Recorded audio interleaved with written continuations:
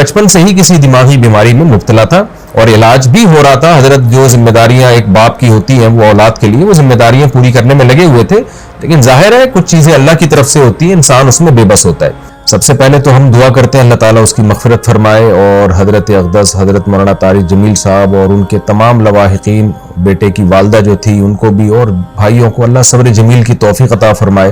یہاں بہت سے لوگ یہ سوال اٹھا رہے ہیں کہ اتنا دیندار گھرانہ اور بیٹے نے خودکشی کر لی. ہر خودکشی ڈپریشن میں ہی ہوتی ہے, ٹینشن میں ہی ہوتی ہے, خوشی میں تو کوئی بھی خودکشی نہیں کرتا. یعقوب علیہ السلام کو ہم دیکھ لیں نا کہ ساری زندگی بیٹے کے غم میں روتے رہے مگر خودکشی کی طرف نہیں گئے. عمل کو خودکشی قرار دینا یہ کسی بھی طرح سے یہ بات درست نہیں ہے اور یہ ایک الزام ہے, اور اس الزام کا جواب آپ کو قیامت کے دن دینا پڑے گا. انسان پر کچھ کیفیات ایسی آ جاتی ہے کہ جس میں وہ اپنے قول و عمل کا ذمہ دار نہیں ہوتا, اور اس کے قول و عمل پہ اس کو نہ گناہ ملتا ہے, نہ اس کو دنیا میں سزا ملے گی, نہ آخرت میں سزا ملے گی. یہ وہ جب ہے جب انسان کی دماغی صلاحیت کام کرنا چھوڑ دے. طلاق آپ کو معلوم ہے کتنا حساس معاملہ ہے, شدید غصہ میں بھی اگر انسان ہو تو طلاق واقع ہو جاتی ہے. ثلاث جدہن جد وہزلہن جد, اس حدیث کی روشنی میں. مفتی طارق مسعود کے بیانات کے لیے مفتی صاحب کے آفیشیل چینل مفتی طارق مسعود سپیچز کو سبسکرائب کریں.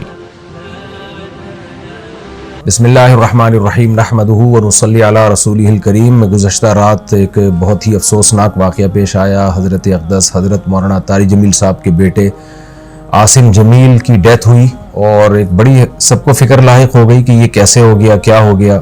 اب ان کے بیٹے کا مولانا یوسف جمیل صاحب کا بیان سامنے آیا ہے کہ اس نے خود کو گولی مار کے ہلاک کیا اور ڈپریشن کا وہ پیشنٹ تھا. سب سے پہلے تو ہم دعا کرتے ہیں اللہ تعالیٰ اس کی مغفرت فرمائے اور حضرت اقدس حضرت مولانا طارق جمیل صاحب اور ان کے تمام لواحقین, بیٹے کی والدہ جو تھی ان کو بھی اور بھائیوں کو اللہ صبر جمیل کی توفیق عطا فرمائے, اور اس بیٹے کو اس جہاں کی بھلائیاں نصیب کرے اللہ تعالیٰ, اس کے صغائر کبائر خطاؤں کو اللہ معاف کرے.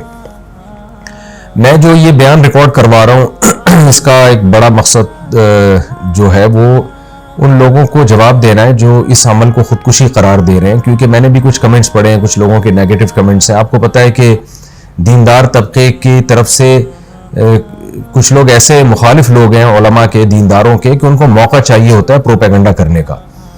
ہمارے ہاں یہ بات مشہور ہے الحمدللہ, ہمارے ہاں دیندار طبقہ چاہے علماء کا ہو, قرہ حضرات کا ہو, حافظوں کا ہو, الحمدللہ ان میں خودکشی کا ریشو نہ ہونے کے برابر ہے. ان کے گھروں میں بھی اور ان کے خود ان میں بھی کوئی بھی خودکشی نہیں کرتا.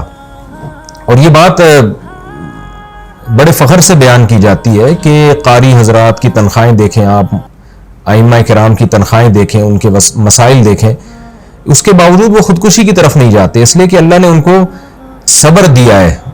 اور یعقوب علیہ السلام کو ہم دیکھ لیں نا کہ ساری زندگی بیٹے کے غم میں روتے رہے مگر خودکشی کی طرف نہیں گئے. تو یہاں بہت سے لوگ یہ سوال اٹھا رہے ہیں کہ اتنا دیندار گھرانہ اور بیٹے نے خودکشی کر لی.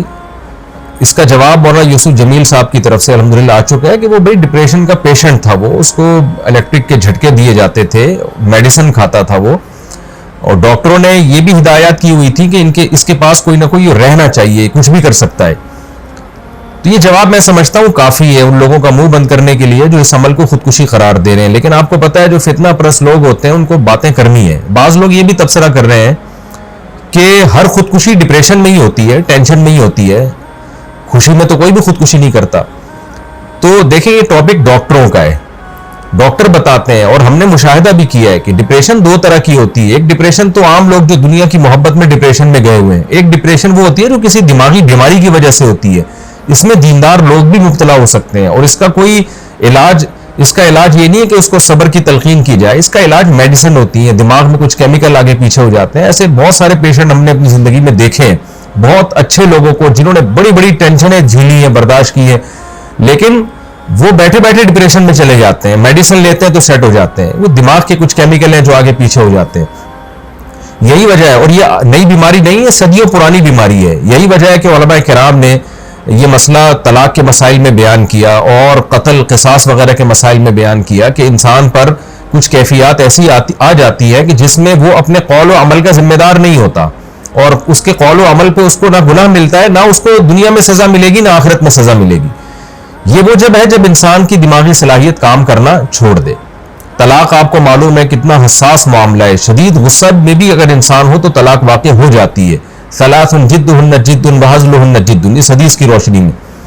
لیکن علماء نے بیان کیا کہ اگر کوئی ڈپریشن کا پیشنٹ ہے اور اس کے پاس قرائن ہے اور وہ اس کا دماغ صحیح کام نہیں کر رہا، ایسی صورت میں وہ بیوی کو 100 طلاقیں بھی دے دے گا تو نہیں ہوں گی، اس لیے کہ اس کا دماغ ہی کام نہیں کر رہا ہے ایسے موقع پہ.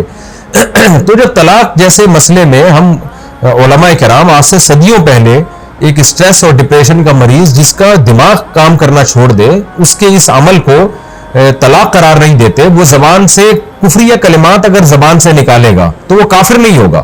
حالانکہ کفر تو مذاق میں بھی اگر آپ کفریہ کلمات زبان سے نکالتے ہیں تو آپ کافر ہو جاتے ہیں، لیکن اتنا بڑا جرم بھی معاف کر دیا اللہ تعالیٰ نے اگر اس کا دماغ کام نہیں کر رہا. تو ایسے ہی خوب سمجھ لیں کہ ایسا ڈپریشن کا مریض اگر کسی کو قتل کر دیتا ہے یا اپنے آپ کو قتل کر دیتا ہے تو وہ نہ دنیا میں مجرم ہے نہ اللہ کے ہاں وہ مجرم ہے. اس میں ملامت کرنا اور کسی کو برا بھلا کہنا یا کوئی نیگیٹو باتیں کرنا، یہ جو باتیں کرنے والے لوگ ہیں وہ مجرم ہو جائیں گے.